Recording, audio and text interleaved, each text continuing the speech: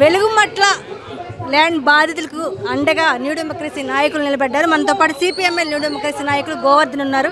దాదాపు మీరు వెలుగుమట్ల బాధితులకు అండగా నిలబడ్డారు. ఏంది దాదాపు 1.5 నెలలైనా వాళ్ళకి ఇంకా న్యాయం జరగలేదంటారా? అంటే వెలుగుమట్లకు సంబంధించినటువంటి ఇష్యూస్లో వాస్తవానికి రాష్ట్ర ప్రభుత్వం పెద్ద ఎత్తున బదనామైంది. అవి ప్రజల భూములు. నిజానికి తెలంగాణ గవర్నమెంటు 6 గ్యారంటీలు ఇచ్చింది. తెలంగాణ రాష్ట్రంలో ఇల్లు లేని పేదవాడు ఉండొద్దు, తప్పనిసరిగా అందరికీ ఇల్లు ఉండాలనేటువంటి ఒక లక్ష్యం ఉండేది.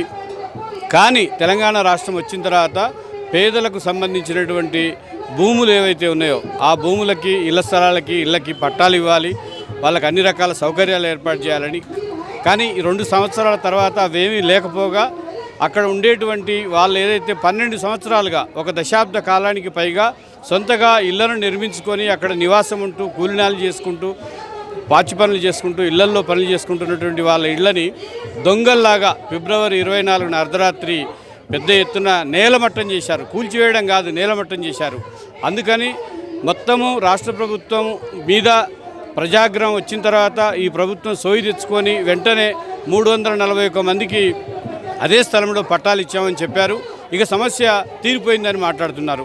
కానీ గ్రౌండ్ రియాలిటీ ఏంటంటే, వాస్తవం ఏమిటంటే, నిజానికి వెలుగుమట్లలో దాదాపు 1000 మందికి పైగా ప్రజలు 12 సంవత్సరాలుగా జీవనాన్ని గడుపుతున్నారు. 1000 మందికి పైగా అక్కడ ప్రజలకు సంబంధించిన ఇళ్లను కూల్చేశారు. అందుకని మీరు 311 మందికి ఇచ్చి 400 మందికి ఇంకా మొత్తంగా మేము వేరే వేరే చోట్ల ఇస్తామని చెప్తే కుదరదు.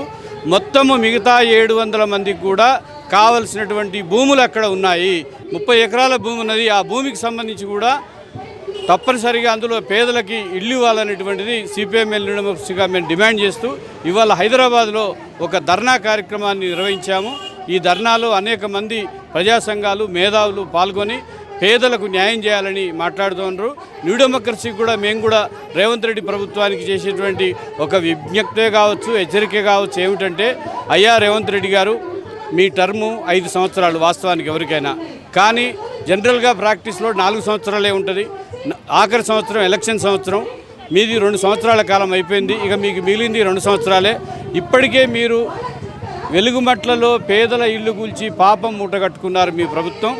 అందుకని మిగతా 700 మందికి కూడా ఇల్లు ఇవ్వడం ద్వారా మీ పాప ప్రాయశ్చిత్తం చేసుకోవాలని న్యూ డెమోక్రసీగా మేము డిమాండ్ చేస్తూ సత్వరం ఈ విషయం మీద దృష్టి పెట్టాలని కోరుతున్నాం. దాదాపు అక్కడ 1000 మంది నివాసం ఉంటుంటే మరి 300 మందికి పట్టాలు ఇచ్చి మిగతా వాళ్ళకి ఇవ్వడానికి ఏంటి డైవర్షన్ చేస్తున్నారా? 100%. గమ్మత్ ఏంటంటే, ఈ 400 మంది ఇచ్చామని తుమ్మల నాగేశ్వరరావు గారు, పొంగులేటి శ్రీనివాసరెడ్డి గారు చెప్తున్నారు. కానీ వాస్తవం అది కాదు.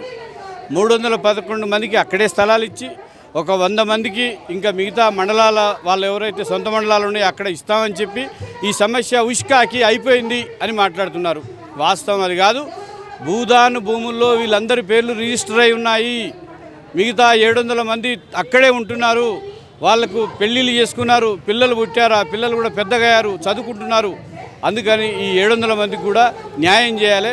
మీరు మసిబూసి మారేడుగాయ చేసి పేదలని నోళ్ళు కొట్టాలని, పేదల భూముల్ని ఇవాళ పెద్దవాళ్ళకంటే కార్పొరేట్ వ్యక్తులకు కట్టబెట్టాలని మీరు చూస్తున్నారు. ఇది సాధ్యం కాదు. సిపిఎంఎల్ న్యూ డెమోక్రసీ ఇప్పటికే ఖమ్మం నగరంలో కానీ ఖమ్మం పట్టణంలో కానీ అలాంటి ప్రయత్నాలు చేస్తుందనేటువంటిది మేము ఈ ప్రభుత్వానికి గుర్తు చేయదలిచాం.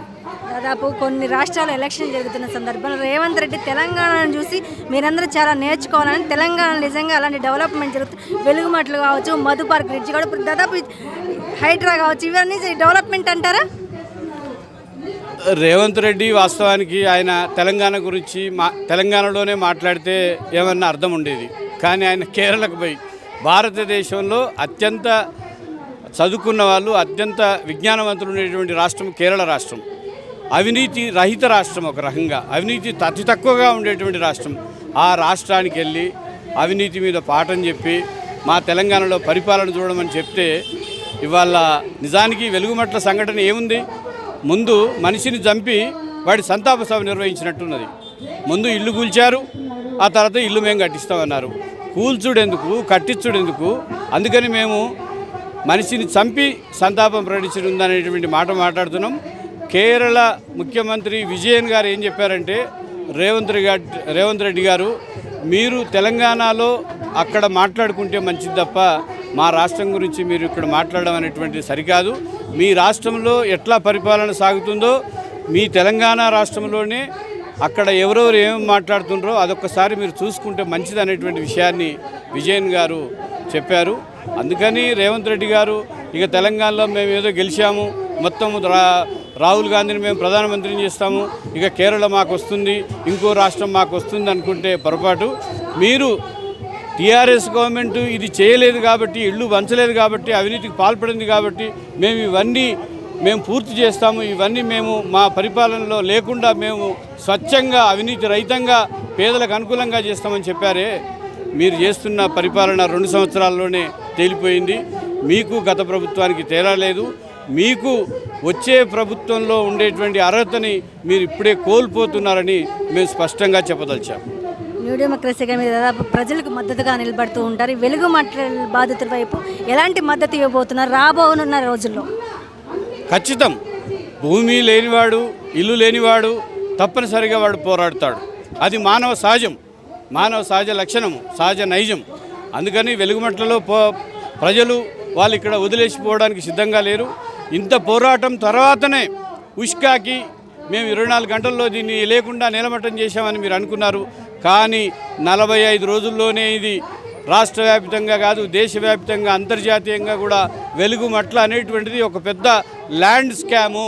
రేవంత్ రెడ్డి ప్రభుత్వం పెద్ద పెద్ద కోటీశ్వరులకి, కార్పొరేట్ శక్తులకు అనుగుణంగా అక్కడ ఉండేటువంటి పేదల్ని భూముల నుంచి బేదక్కలు చేశారు. వాళ్ళ ఇళ్లను దుర్మార్గంగా కూర్చారని ప్రపంచానికి తెలిసిపోయింది. కాబట్టి మీరు సిగ్గు తెచ్చుకొని, శరం తెచ్చుకొని, సోయి తెచ్చుకొని ఆ 311 మందికి ఎట్లయితే ఈ పోరాట విజయం వల్ల మీరు ఇల్లు ఇచ్చారో మిగతా వాళ్ళకు కూడా, మిగతా 700 కుటుంబాలకు కూడా ఇల్లు ఇచ్చే వైపుగా అక్కడ పేదలు పోరాడతారు. ఆ పోరాటంలో సిపిఎంఎల్ న్యూ డెమోక్రసీ ముందు వరుసన ఉంటుంది.